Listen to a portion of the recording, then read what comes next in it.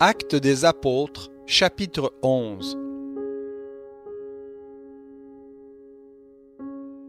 Les apôtres et les frères qui étaient dans la Judée apprirent que les païens avaient aussi reçu la parole de Dieu. Et lorsque Pierre fut monté à Jérusalem, ceux qui étaient circoncis le prirent à partie et dirent : « Tu es entré chez des incirconcis, et tu as mangé avec eux. » Alors Pierre se mit à leur faire un exposé suivi. Il dit : « J'étais dans la ville de Jaffa, et je priais, lorsqu'en extase j'eus une vision, un objet semblable à une grande nappe attachée par les quatre coins descendait et s'abaissait du ciel et venait jusqu'à moi. En l'examinant avec attention, je vis les quadrupèdes de la terre, les bêtes sauvages, les reptiles et les oiseaux du ciel. J'entendis aussi une voix qui me disait : « Lève-toi, Pierre, tue et mange. » Mais je dis : « Non, Seigneur, car jamais rien de souillé ou d'impur n'est entré dans ma bouche. » Et pour la seconde fois, du ciel la voix reprit : « Ce que Dieu a déclaré pur, ne le regarde pas comme souillé. » Cela se produisit jusqu'à 3 fois, puis tout fut retiré dans le ciel. Et voici, aussitôt 3 hommes envoyés de Césarée vers moi se présentèrent à la maison où nous étions. L'Esprit me dit de partir avec eux sans hésiter. Les 6 frères que voici m'ont accompagné, et nous sommes entrés dans la maison de Corneille. Celui-ci nous raconta comment il avait vu dans sa maison l'ange qui se présentait et disait : « Envoie chercher à Jaffa Simon surnommé Pierre, qui te dira des paroles par lesquelles tu seras sauvé, toi et toute ta maison. » Lorsque je me mis à parler, le Saint-Esprit descendit sur eux, comme il l'avait fait au commencement sur nous aussi.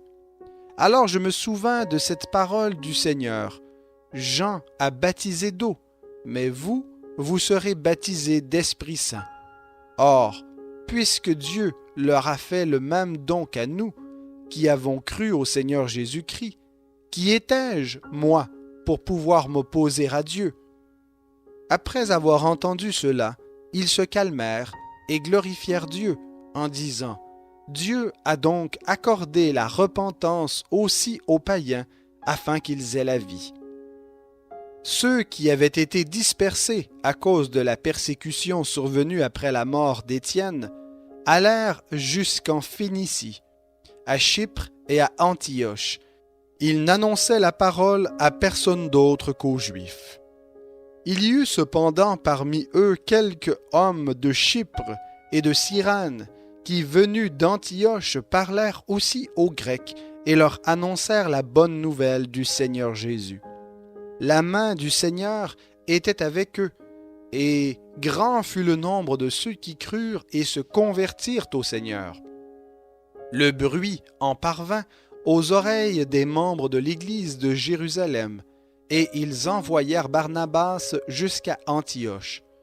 Lorsqu'il fut arrivé et qu'il vit la grâce de Dieu, il s'en réjouit et les exhorta tous à rester d'un cœur résolu, attachés au Seigneur.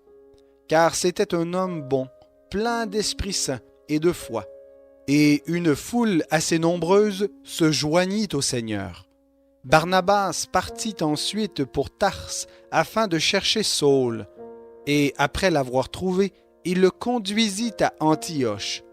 Pendant 1 année entière, ils participèrent aux réunions de l'Église et enseignèrent une foule assez nombreuse. Ce fut à Antioche que, pour la première fois, les disciples furent appelés chrétiens. En ces jours-là, des prophètes descendirent de Jérusalem à Antioche.